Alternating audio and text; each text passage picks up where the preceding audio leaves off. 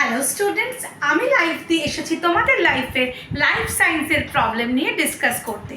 আজকে আমি ক্লাস 9-এর সালোক সংশ্লেষের বিভিন্ন উপাদানের মধ্যে সূর্যালোক সম্পর্কে বলবো। এর আগে আমি তোমাদেরকে কার্বন ডাই অক্সাইড, জল, এগুলোর সমস্ত কিছুর ভূমিকা বলেছি। আজকে আমি সূর্যালোকের ভূমিকা নিয়ে আলোচনা করছি। আমরা জানি সালোক সংশ্লেষ কথাটার মধ্যেই রয়েছে আলোকের উপস্থিতিতে সংশ্লেষ বা উৎপাদন। কি সংশ্লেষ? না শর্করা জাতীয় খাদ্য উৎপাদন বা শর্করার সংশ্লেষ। তাহলে সূর্যালোকের ভূমিকা এখানে গুরুত্বপূর্ণ, কারণ আলোকের উপস্থিতি মানে আমাদের পরিবেশে আলোকের প্রধান উৎস কি না সূর্যালোক। তাহলে সেই সূর্যালোকের কি ভূমিকা এবং সূর্যালোকের বিভিন্ন যে অংশগুলো সম্পর্কে, মানে আলোর যে বিভিন্ন অংশ সেগুলো সম্পর্কে আমরা আজকে জানবো। তাতে প্রথমেই দেখো লিখেছি সূর্যালোকের যে দৃশ্যমান আলোর 400 থেকে 700 ন্যানোমিটার তরঙ্গ দৈর্ঘ্যের, এই ন্যানোমিটারটা মনে রাখবে।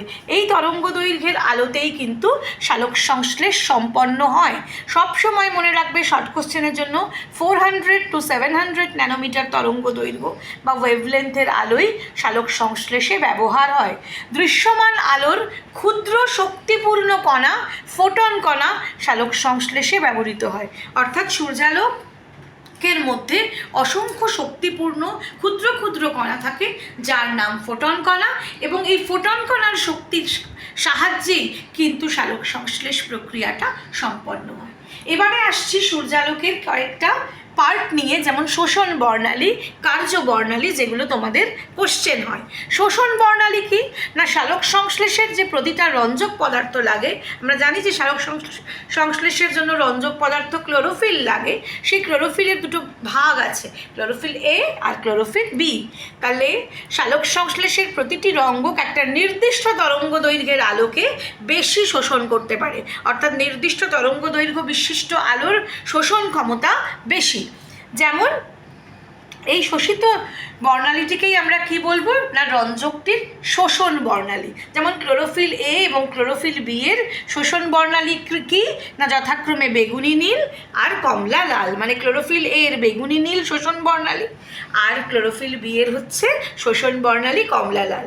তাহলে এবার আসে সালোক সংশ্লেষীয় কার্য বর্ণালী, যেটা খুব ইম্পর্টেন্ট আর একটা প্রশ্ন, যে পাতায় শোষিত আলোক রশ্মির যে তরঙ্গ দৈর্ঘ্যের আলোতে, মানে পাতায় যতটা আলোক রশ্মি শোষিত হচ্ছে তার মধ্যে যে তরঙ্গ দৈর্ঘ্যের আলোতে সালোক সংশ্লেষের হার সব থেকে বেশি হয় তাকেই আমরা বলবো সালোক সংশ্লেষীয় কার্য বর্ণালী। ভীষণ ভালো করে শোষণ বর্ণালী, কার্য বর্ণালীর সংখ্যাগুলো তোমরা পড়বে, এবং সেটার কি না যেমন ক্লোরোফিল এ এবং ক্লোরোফিল বি এর ক্ষেত্রে যথাক্রমে বেগুনি নীল এবং কমলা লালই হলো সালোক সংশ্লেষীয় কার্যবর্ণালী। তাহলে এ এবং বি এর শোষণ বর্ণালীও হচ্ছে বেগুনি নীল আর কমলা লাল, আর কার্যবর্ণালীও হচ্ছে কি না বেগুনি নীল এবং কমলা লাল।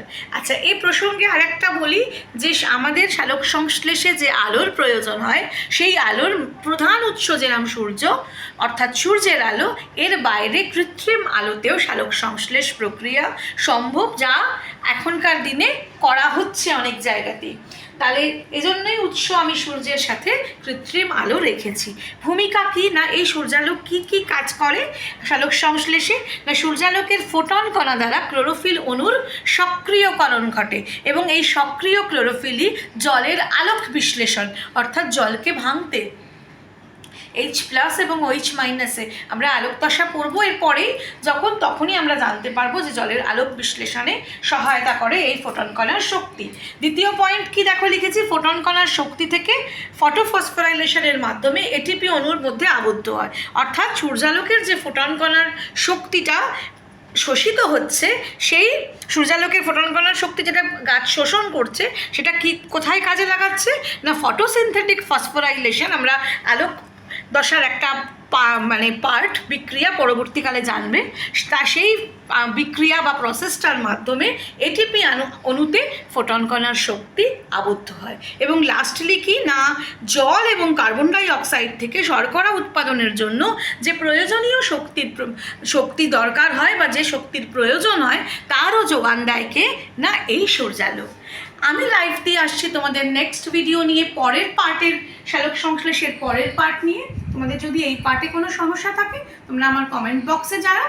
আর যদি তোমাদের ভিডিওটা ভালো লেগে থাকে তাহলে লাইক করো, শেয়ার করো এবং সাবস্ক্রাইব করো।